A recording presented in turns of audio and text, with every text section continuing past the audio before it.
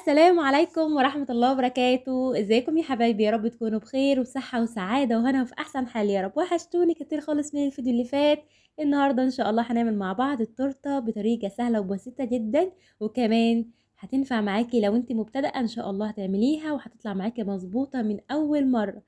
اتحداكي لو مشيت على المقادير او الخطوات بتاعتنا، لو انت ما بتعمليش التورتة هتطلعيها محترفة. شايفين ما شاء الله القطعة كده طالعة متماسكة، وكمان طرية خالص وخفيفة زي السحاب، هشة كده ومن جوه زي السحاب. ما شاء الله، الله أكبر على شكلها وطعمها تحفة. جربي الطريقة دي إن شاء الله هتعجبك جدا. شايفين ما شاء الله خفيفة خالص. يلا نسمي الله كده ونخش على الطريقة بتاعتنا على طول. بسم الله الرحمن الرحيم. أول حاجة هنا عندي كوباية من السكر، سكر عادي خالص، كوباية إلا ربع من المية، مية من الحنفية، 5 بيضات زي ما انتم شايفين كده بدرجة حرارة المطبخ،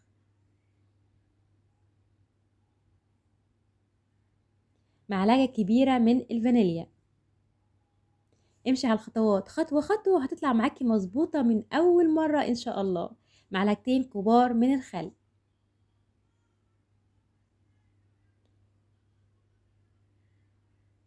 التركية المهمة اللي هتطلع معاكي التورتة مظبوطة وكمان العجينة بتاعتها هشة ومرتفعة وتطلع معاكي خفيفة جدا، 3 معالق نشا. وكمان السر، معلقة كبيرة من محسن الجل الشفاف، بينباع عند كل مستلزمات الحلويات.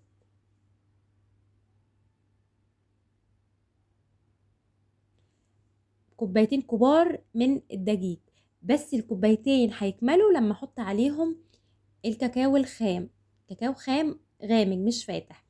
يعني انا هحط كوبايتين الا 3 معالق بالظبط من الكاكاو، وهكمل الكوبايتين بالكاكاو، يعني كوبايتين بالظبط الا 3 معالق من الكاكاو.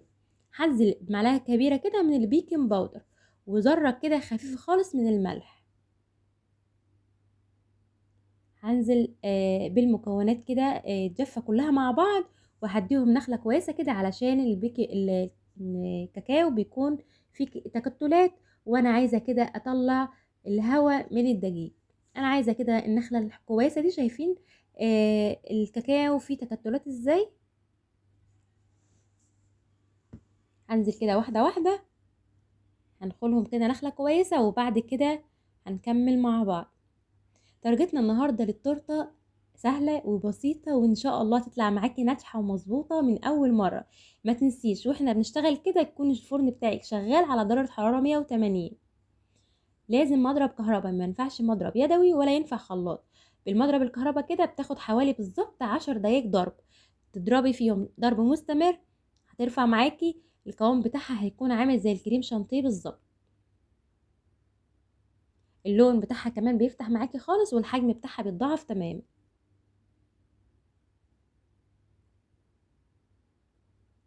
انا كده بكمل. شايفين ما شاء الله القوام بتاعها بيعلى، والحجم بتاعها بيتضاعف، واللون بتحس ان هو فتح شويه. شايفين القوام ما بتنزلش معايا من المضرب خالص كده تمام.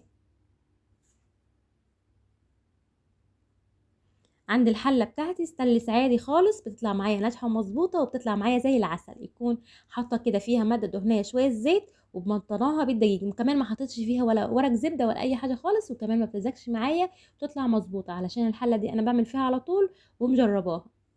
والسمك بتاعها من تحت تخين، مش رقيق، ما بيطلعش معايا محروقه ولا اي حاجه. فانا متاكده ان الحله بتاعتي ديت كويسه. لو انت ما بتجربيش في الاستانلس بلاش الاستانلس، اعملي في الالومنيوم. بالظبط اخدت معايا ساعه الا ربع في الفرن، حسب الفرن بتاعك، حسب تدفايته. بتفتح عليها كده بعد نص ساعه بالظبط بتختبريها. اخدت ساعه الا ربع، اخدت ساعه، سيبيها براحتها تستوي براحتها علشان الحجم بتاعها كبير في في الحله، تاخد وضعها كده في السوا. سيبيها اختبريها بعد نص ساعه بالظبط بخله او بالسكينه كده. طلعت معاكي ما فيهاش اي عجين، طلعيها. مش طلعت معاكي لسه طريه شويه، سيبيها براحتها، بس ما تفتحيش عليها الفرن اقل من نص ساعه. سبتها ليله كامله، يعني انا عملتها من بالليل وسبتها لحد الصبح. انا كده الصبح تاني يوم الصبح. وكمان ما تنسوش ان انتوا تغطوها بورق استرتش او بفوطه خفيفه كده علشان ما تنشفش منك. وكمان لما بتسيبيها تستريح بتزينيها بكل سهوله. انا سبتها كده وبايدي ما شاء الله الوش بتاعها بيكون مايل ان هو يكون طري شويه، بيطلع معاكي بكل سهوله. شايفين مش بيحتاج سكينه ولا اي حاجه خالص. بتقشري كده بايدك بيطلع معاكي بسرعه. وطبعا من تحت كده انا بقشرها بالسكينه خفيفه. شايفين انتوا هتحسوا ان هي خفيفه في ايدي ازاي؟ انا حاسه ان انا مش شايله حاجه خالص، كانها بالظبط يعني ريشه. صراحه من افضل الطرق، من انجح الطرق طريقه التورته دي. بجربها كتير وبعملها بكل انواعها وبتطلع معايا مظبوطه من اول مره وبتطلع معايا ناجحه. وكمان كل اللي بيدوق التورته بيشكر لي فيها ويقول لي طعمها خطير. التورته دي بالمناسبه كانت لعيد ميلاد ابو ادهم. حبيت اعمل له كده مفاجأة وعملناها له وكانت زي العسل. وكمان احتفلنا بيها كده في الحنة بتاعت ابن سيلفي. ما شاء الله كانت خطيرة وكل اللي اكل منها انبسط بصراحة وشكر لي في طعمها. هنا ينفع بخيط تقطعيها لو عندك المقطع ده. بالراحة كده بتثبتي الرجول على الرخامة على اوطى حاجة فيه. براحة كده بتقطعيها بالطريقة السهلة دي. لو مش عندك بخيط عادي او بسكينة كبيرة يكون حامية وبتجيبي الكيكة كلها.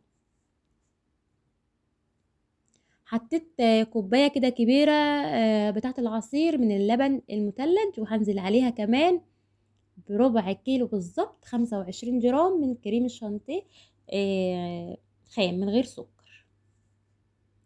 ونزلت عليها بكوبايه كمان الميه المتلجه. يعني ممكن تحطي لبن او ممكن تحطي ميه. انا بصراحه ما كانش عندي الا كوبايه من اللبن بس فكملت بميه. بس لازم يكون ساقعه جدا، لازم يكون فيها تلج عشان ينجح معاكي ومش يتعبك في الضرب. هنزل كده ب3 معالق من السكر بس، مش هكتر سكر علشان انا هكمل واحط عليها شوكولاته. لو مش عندك شوكولاته ممكن تستنى الخطوه دي تماما وتكملي وتحطي بالظبط نص كوبايه من السكر علشان الكريم شانتيه بتاعي مش عليه سكر. نزلت كده ب3 معالق كبار من الشوكولاته كابريلك ده. نزلت عليها بنص كوبايه من الميه الدافيه. هدوبهم في بعض كده زي ما انتم شايفين. بالمضرب بتاعي كده هضربهم علشان الشوكولاته ما تكونش فيها اي تكتلات. وبعد كده هنزل على الكريم شانتيه بس ما يكونش سخنه الميه سخنه جامد، لا فتره كده علشان ما تبوظش معايا او تفسد معايا الكريم شانتيه. تاني حاجه هعملها ايه؟ هحط نص كوبايه من الميه وهنزل بمعلقه كبيره من الشوكولاته الكاميرا الدهن. هسيحها كده وادوبهم في بعض كويس علشان همل بيها او هحطها على وش التورته. هنكمل الخطوات كلها مع بعض. انا نزلت هنا بالشوكولاته اللي انا ضربتها بالمضرب 3 معالق على نص كوبايه من الميه. نزلت عليها على الكريم شانتيه اخدت معايا اللون الخطير ده وبتديها طعم روعه.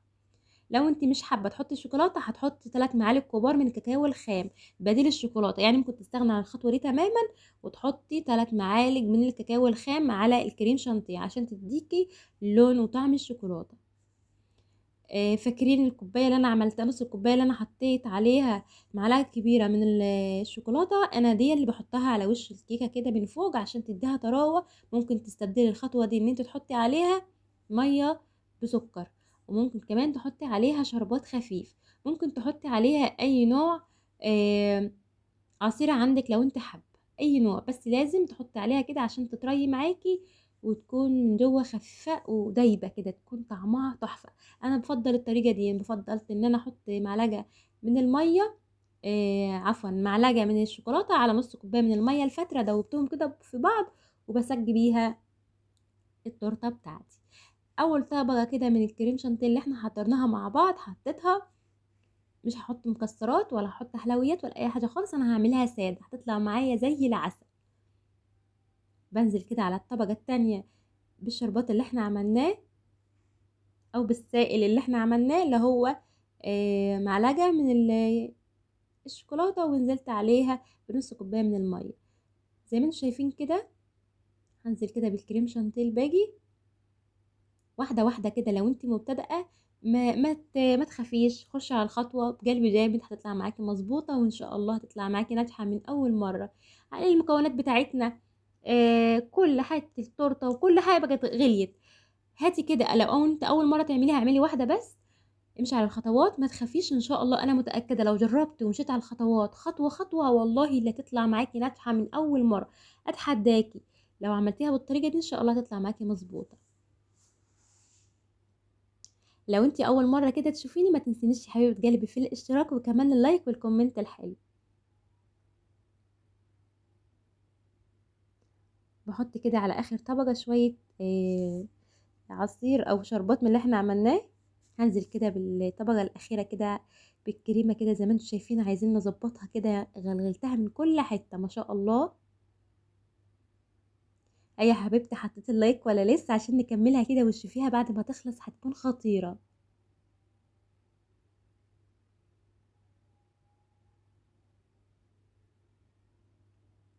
شايفين ما شاء الله؟ بالراحه كده واحده واحده. آه بصوا الخطوه دي ممكن تستغنوا عن البتاع اللي في ايدي دي، والله ما عارفه اسمها ايه. ممكن تستغنوا عنها بورقه كوتشينه. ممكن تستغنوا عنها عارفين بتاع الاشاعات الخفيف اللي هو بلاستيك ده، ممكن تقطعوا حته. ممكن تستغنوا عن البتاعه دي كمان بجلد كراسه ناشف. بتفرد معاكم، هتكون معاكم مظبوطه. يعني لو مش عندك البتاعه اللي انا بفرد بيها دي، شايفين انا بعمل بايه عشان اوريكم. خلاص خلصتها كده، هدخلها التلاجة لمدة ساعتين او ساعتين ونص حسب التبريد عندك. الخطوة الأخيرة اللي أنا عملتها، حطيت ربع كيلو من الشوكولاتة الخام. بصوا هو مش ربع كيلو الصراحة، هي علبة من الشوكولاتة الشوكولاتة الخام بالظبط. علبة اللي مش عارفة، هي تقريبا ربع كيلو تقريبا على ما أعتقد كده. حطيتها على النار على حمام مية سخنة، ونزلت عليها بنص كوباية من اللبن، ونزلت عليها بمعلقتين بالظبط من الزيت. أقول لكم تاني، شوكولاتة خام عملتها على حمام ميه سخنه، ونزلت عليها بنص كوبايه من اللبن، ونزلت عليها بمعلقتين من الزيت. ادتني قوام الشوكولاته الخطير اللي انتوا شايفينه ده. بس اهم خطوه علشان الشوكولاته تطلع معاكم ناجحه ومظبوطه، ان انت ما تحطيش الشوكولاته على الكريم شانتيه وهو لسه بارد.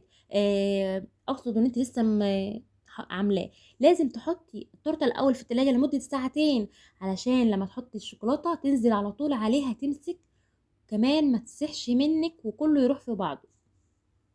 طبعا التزيين يرجع لك انت باي شكل انت حباه زي ما انت شايفه كده، وبابسط طريقه ممكن تزيني بيها. بصراحه هي شكلها مش عايز اي حاجه خالص من غير اللي احنا حطيناه على الوش ده. ممكن تستغنى عنه براحتك زي ما تحبي.